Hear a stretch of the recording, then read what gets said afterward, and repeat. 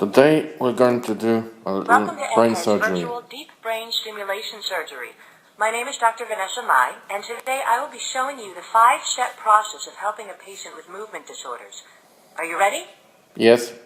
Our patient is a 59-year-old woman named Ellen, who is 5 feet 8 inches tall, weighs 120 pounds, and has suffered from Parkinson's disease for the last 20 years. Ellen is an attorney and cannot leave court to take pills every 2 hours, which is the only way to control the unwanted movements caused by the disease. Before recommending Ellen for surgery, her neurologist, Dr. Thompson, will need to get a clear idea of how the disease impacts Ellen. He has determined that prescription medication alone can no longer control her symptoms. Let's take a look at the severity of Ellen's tremors. Because Dr. Thompson can no longer control Ellen's movements with medication, he has recommended her for deep brain stimulation surgery. That's where we come in. You will be assisting me as resident surgeon to perform 3 of the 5 steps of this procedure. Dr. Thompson has already evaluated our patient, which is step 1. We'll handle step 2, putting in the fiducials, step 3, performing the brain surgery, and step 4, putting in the battery packs. Finally, the patient will return to the neurologist for step 5, activating and setting the system. To begin, fiducials, or screws, are put into the patient's skull to act as markers for the surgery. They need to go firmly into the skull since skin moves around. We can't base precise measurements off of something that moves. Fiducials are typically set several days before the surgery. 6 fiducials are needed for this procedure. 2 will go in the forehead, 2 above each ear, and 2 in the back of the head. Why are the fiducials placed where they are? Because Good B. job. First, we need to numb the areas with a local anesthesia so the patient won't feel this. Let's take the syringe.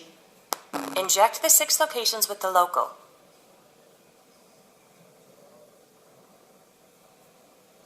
Two, 3, 4, 5.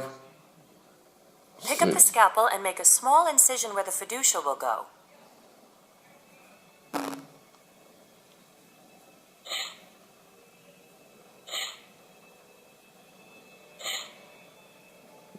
Oh, that's easy. Use a lap sponge to blot away the blood. Now use the screwdriver to put the fiducial into the skull.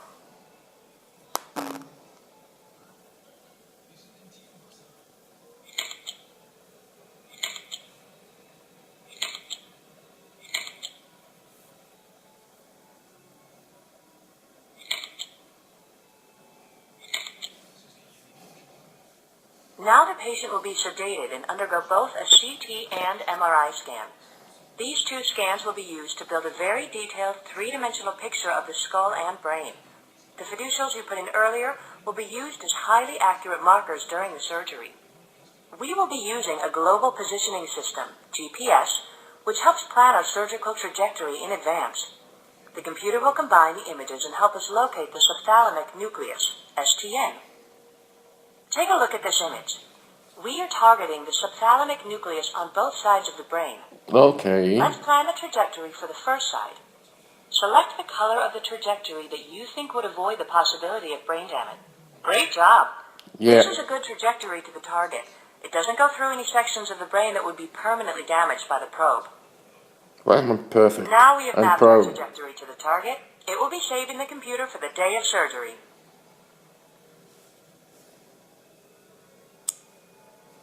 Continue. Ellen has undergone all the pre-op testing of her general health and ability to tolerate surgery. She has been approved for the surgery. 2 days later. Ellen has already been put on the operating room table, which places her in a reclined position while supporting her head and neck with a brace. She will be in a monitored anesthetic condition, which means she will be sleepy, relaxed, and maybe even a bit goofy, but she can be brought back quickly to a state of relative normalcy. I smell daffodils. A general anesthetic takes several hours to wear off, so we don't want to use that. We'll start by shaving her hair. Oh, that isn't easy.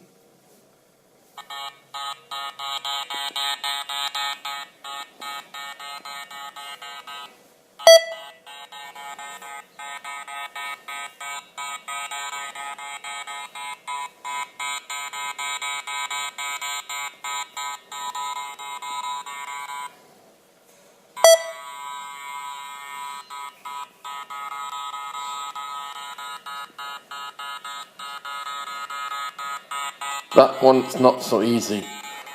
Rasieren ist nicht so einfach. Nicht so einfach wie schneiden. Shaving is not as easy as.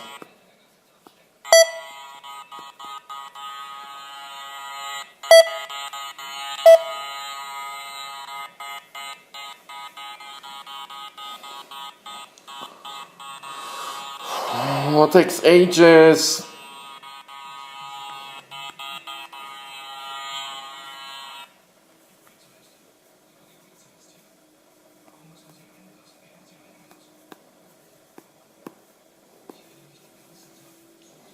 Almost done.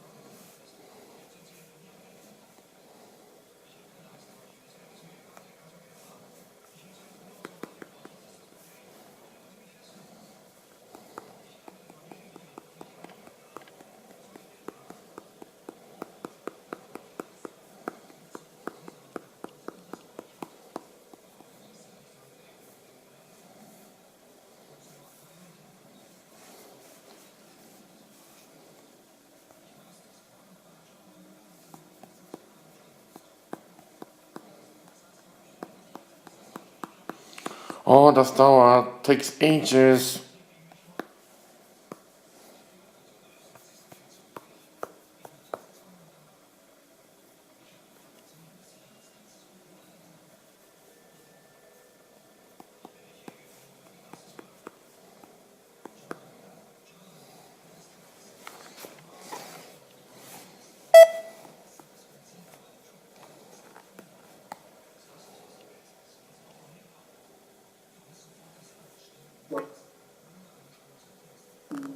Anne has undergone all the pre-op testing of her general health and ability to tolerate surgery.